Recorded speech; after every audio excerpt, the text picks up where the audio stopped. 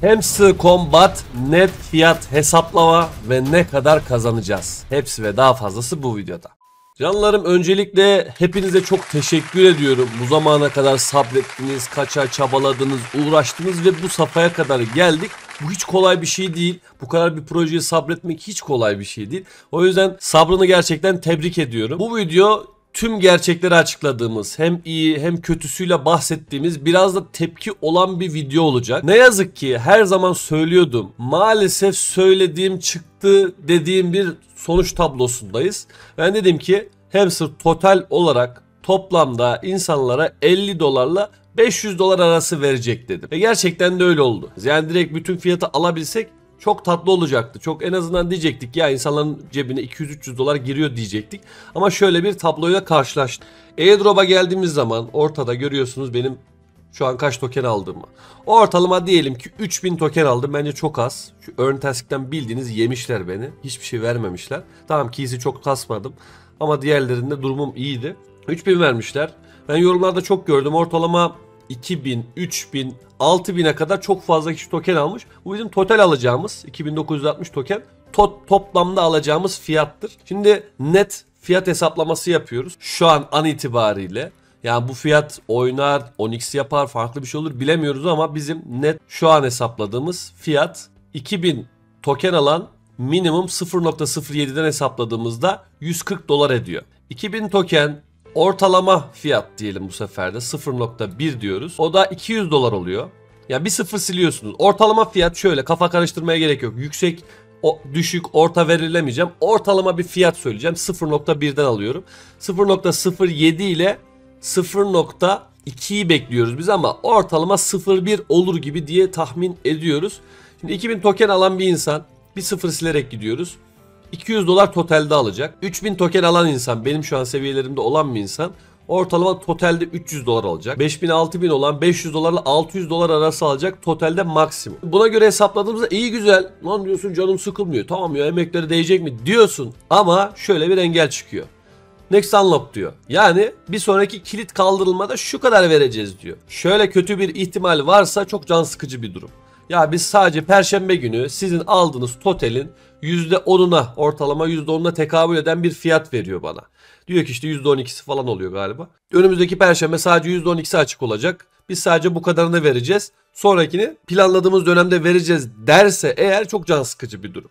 Şu an öyle görünüyor, bilmiyorum. Ben biraz kötüsünü konuşayım. İyisini konuşursak bu sefer üzülürüz. Kötüsünü konuşalım, umarım iyisi olur. Ben kötüsünü konuşmak zorundayım. Şu ana kadar hep kötüsünü konuştum. Lütfen beni yanlış anlamayın. Hep kötüsünü konuşmak zorundayım.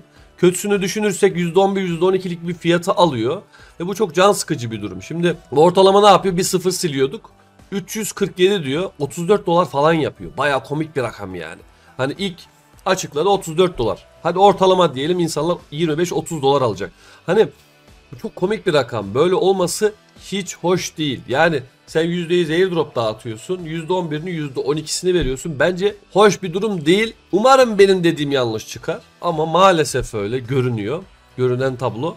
Yani görünen köy kılavuz istemiyor maalesef. Şimdi burada size 2 tane tavsiye vereceğim ne yapmamız gerektiğiyle alakalı. Beklentiyi dediğimiz gibi her zaman bir düşük tutalım. Ya diyelim ki işte bunlar biraz erteleyecekler, oyalayacaklar, canımız sıkılacak gibi düşünelim. Ama inşallah iyi olur. Ummadığımız taş baş yarar. Şimdi biz bu projeden çok büyük beklentilerle girdik. Birçoğumuz öyleydi. Ben değildim de birçoğumuz öyleydi. Beklentiyi tuttuğunuz projeden iyi bir şey alamıyorsunuz. Bir bakıyorsunuz Dox gibi düşünün. Kimse ondan bir şey beklemiyordu. Net eminim kimse, gerçekten yalan söylemeye gerek yok, bir şey beklemiyordu. Ama az çok emek verenler gerçekten iyi fiyat aldı. O yüzden bir projeyi çok beklenti yüksek tutarsanız maalesef sizi dekarte edebiliyor. Çok düşük tutarsanız çok yüksek şeyler çıkabiliyor. O yüzden biz bir sonraki yolumuza devam ettiğimizde her zaman normal beklentiyle gidelim. Hayatımızı vermeyelim bir projeye. Evet, oynayalım günlük 5 dakika 10 dakika yarım saat ama yani şimdi şöyle düşünün, Hamster Combat nazarında yani bir projeye çok fazla varınızı yorunuzu verirseniz, çok yüksek beklentiyle başlarsanız bu bir girişim olabilir. Bakkal dükkanı açmak gibi olabilir. Ne kadar yüksek beklentiyle açarsanız batma ihtimaliniz o kadar yükselir. Ümitli olacaksınız, çaba göstereceksiniz ama bir şeyin bir tık üstünü yaptığınız zaman maalesef onun sonucu ağır olabiliyor. Bütün hayatta ben her şeyde bunu gördüm. Sadece Hamster Combat değil yani. O yüzden böyle olduğu için lütfen hani biz kötüsünü düşünerek gidelim. Ya %11, %12 şimdilik verecekler. Bir sonraki ne yapacaklar? Son olarak ne yapalım? Biz hamster'a tepkimizi koyacağız. Sana kadar hamster'a tepkimizi 3 veya 4 kez koyduk. Nasıl geri vites attılar? Nasıl dediklerinin gerisine döndüler? Çünkü bizim kitle, Türkiye kitlesi, Amerikan kitlesi, şu kitlesi, bu kitlesi, herkes tepki gösterirse eğer hamster geri vites atmak zorunda kalır. Bu hamster'ın elinde. Şu an %11, %12'yi açmış. Ya kardeşim sen bu en azından bir %50'sini aç. 2 hafta sonra, 3 hafta sonra da geri %50'sini aç. Sıkıntı yok. İşte tokenin fiyatını korumak istiyorsun, bir şey yapmak. Tamam anladık ama %12'si nedir yani? O yüzden tepkimizi koyalım, yorumlarda da yazalım. Bunlar emin olun görülüyor. Şu an biz Türkiye'nin en çok izlenen kanallarından biriyiz, doğru mu? Görülüyor bunlar. Türkiye görülüyor, Amerika görülüyor, yok Vietnam görülüyor vesaire. En sonunda bunlar görülüyor ve bu tepkiye karşı koyacaklar. O yüzden canlarım tepkimizi yorum olarak da belirtelim. Yani hamster'ın kanalların altına da tepkimizi yazalım. Tepkiler yağsın ki bunlar daha fazlasını açmak zorunda kalsın. Sizin bu para hakkınız. İşte ortalama kaç kazanıyorsunuz? Totalde $300 mı kazanıyorsunuz? Bu para sizin hakkınız. Hakkınızı isteyin. Ya ben bırakıyorum, lanet olsun, şu olsun. Ne kazanırız? Hadi bunu dedik. Hamster yine kazanacak. Ya o yüzden şimdi kurunun yanında da yaşanmasın. İşte hamster bizi batırdı. Diğer projeler kötüdür. Ya ben bırakıyorum. Bu sefer diğer projelerin de hakkını yemiş oluyorsunuz. Çünkü size kazandıracak projeler de oldu şu ana kadar. Kazandırmayan projeler de oldu. Her proje kötü müydü? Soruyorum sana. Her proje kötü müydü? Değildi. O yüzden diğer projelerin de hakkını yemeyin. Mesela birkaç proje paylaştım. Gerçekten aralarında iyi proje var. Booms gibi, Apex Rom gibi, diğer Booms, küçük Booms gibi. Ya benim Booms dediğim oyundan haftalık insanlar $200, $300, $400 kazanan çok oldu. Diğer Booms dediğim proje tona dağıtılacak. Çok ümitliyim. Apex Rom dediğiniz direkt listeli bir token. Direkt listeli token kazanabiliyorsunuz. Kazabiliyorsunuz. Başta küçük ücretlerle giriyorsunuz ve sonrasında fazlasını kazanıyorsun. Apaçık. Kendi airdrop'unu kendin dağıtıyorsun. O yüzden bu projeler varken hamster yüzünden diğerlerinin hakkını yemeyin. Haksızlık olur. O yüzden biz tepkimizi koyalım, bırakalım, şey yapalım edelim demiyorum. İsyan etmeye gerek yok. Doğruyu mantıklı konuşmak lazım.